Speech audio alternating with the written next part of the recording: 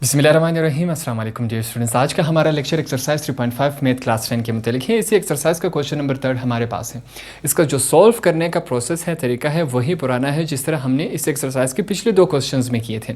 तो फिर से इस दफ़ा एक क्वेश्चन को पढ़ते हैं कि क्वेश्चन हमारे पास किस फॉर्म में है। क्वेश्चन हमारे पास है if S varies directly as T का cube and inversely as under root U and V and S is equal to S की वैल्यू, टी की वैल्यू, यू की वैल्यू। अब इस तमाम सवाल को अगर हम आसान तरीके से समझें और इसको सॉल्व करें तो हम किस तरह करेंगे।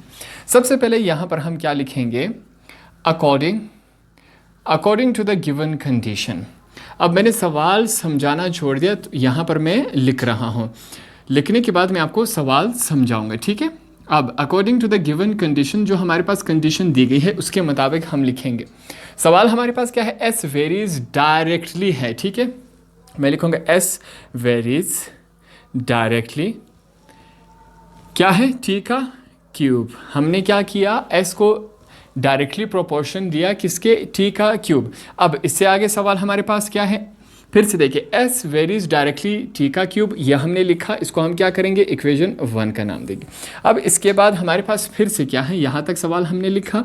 इसके बाद फिर से क्या है, and s and inversely as. अब ये जो एस है वो क्या हो रहा है, इन्वर्सली प्रोपोर्शन हो रहा है किसके, अंडर रूट यू और वी के। तो इसको हम किस तरह लिखेंगे, एस वेरीज इन्वर्सली। अब इन्वर्सली को हम इस फॉर्म में लिखते हैं, ठीक है। ये हमने यू लिखा और वी, इसको हम क्या करेंगे, इक्वेशन 2 का नाम देंगे। सवाल हमारे पास जो s है वो पहले डायरेक्टली प्रोपोर्शन है t का क्यूब, वो हमने लिखा। फिर यही सेम s जो है वो इन्वर्सली प्रोपोर्शन है किसका, इसका और इसका। तो हमने s को इन्वर्सली प्रोपोर्शनल लिखा इस फॉर्म में।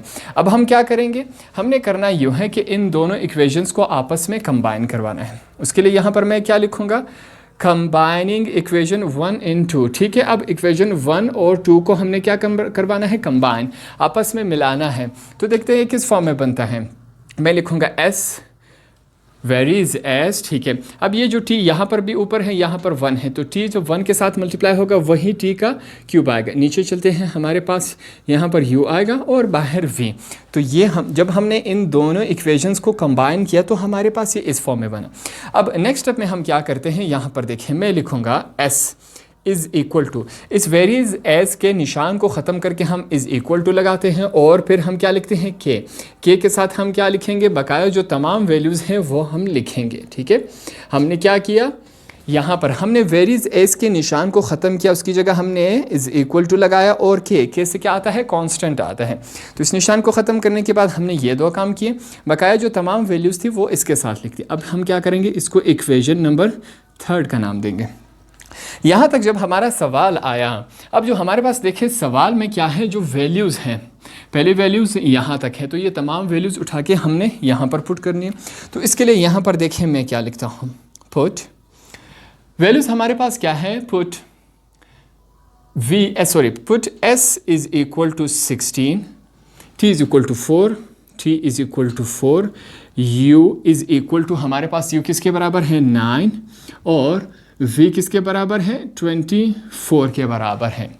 हमने क्या करना है, इन तमाम को उठा के किस में पुट करना है, कौन से इक्वेशन में हमने पुट करना है, इक्वेशन नंबर 3 में हमने पुट करना है।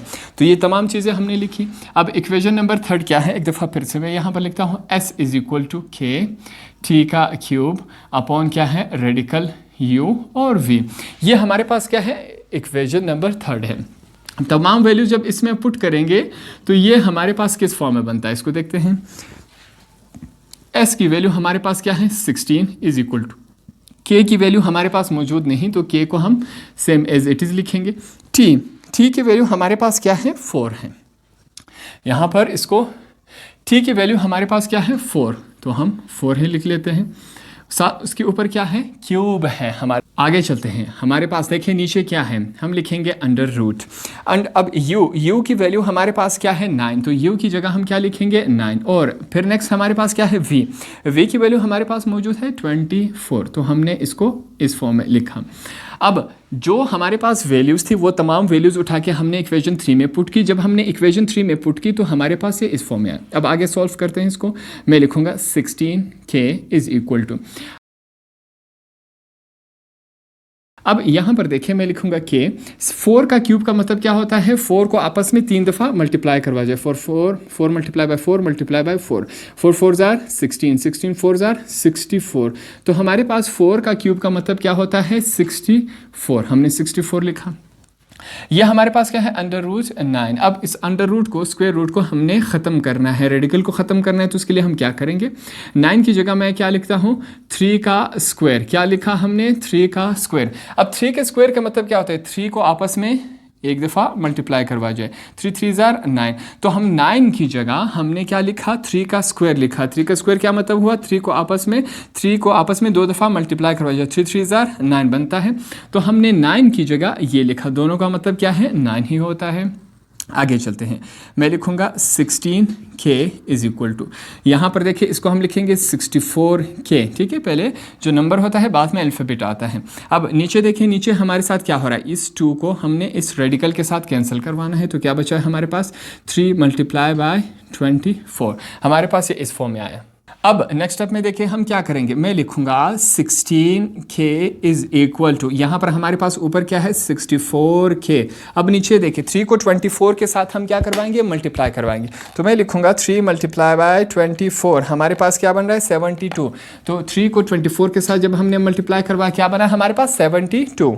एक चीज़ की करेक्शन कर लें, यहाँ पर क्या है कि मौजूद नहीं है, ठीक है, यहाँ पर सिर्फ क्या है 16 है। अब यहाँ पर देखिए हम क्या करेंगे, मैं लिखूंगा 16, अब 72 जो है वो नीचे क्या है डिवाइड है, तो ये इज इक्वल टू कि इस तरफ आके क्या हो जाएगा मल्टीप्लाई, 16 मल्टीप्लाई बाय क्या होगा 72, ठीक है।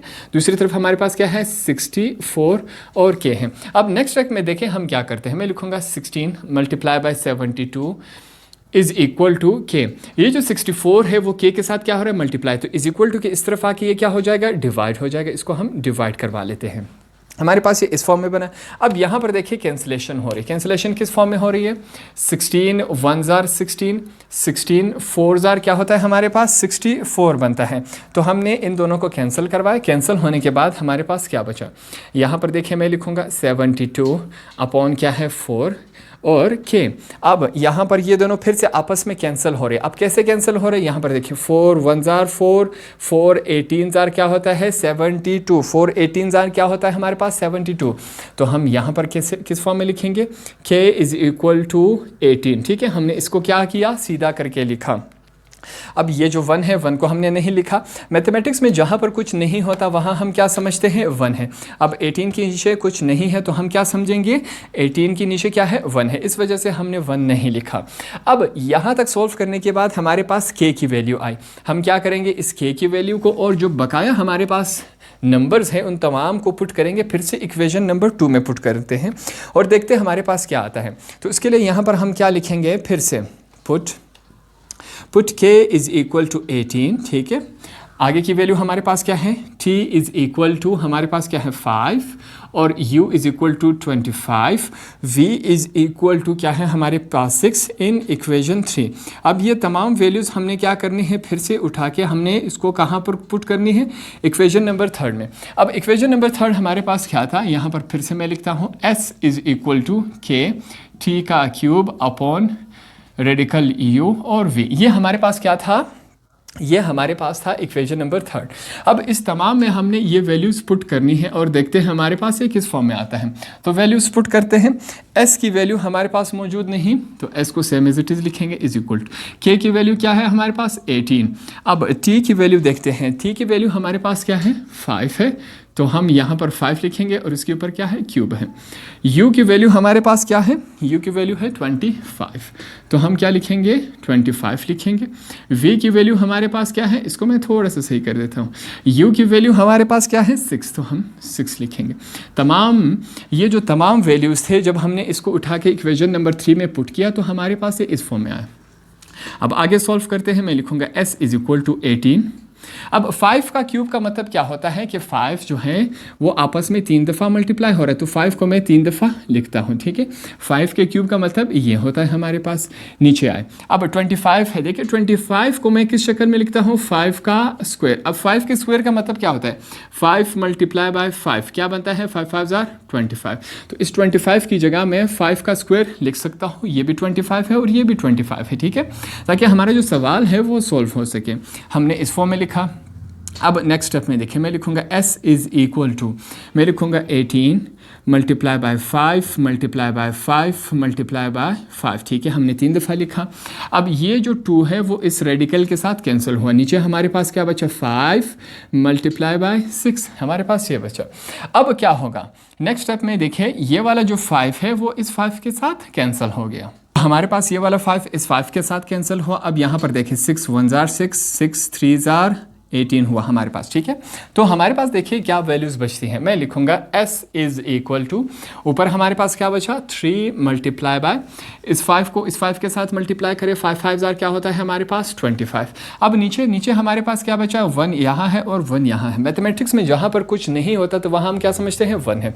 अब 3 मल्टीप्लाई बाय 25 के नीचे कुछ नहीं है तो हम क्या समझेंगे, 1, इस वजह से हम इस 1 को नहीं लिखते।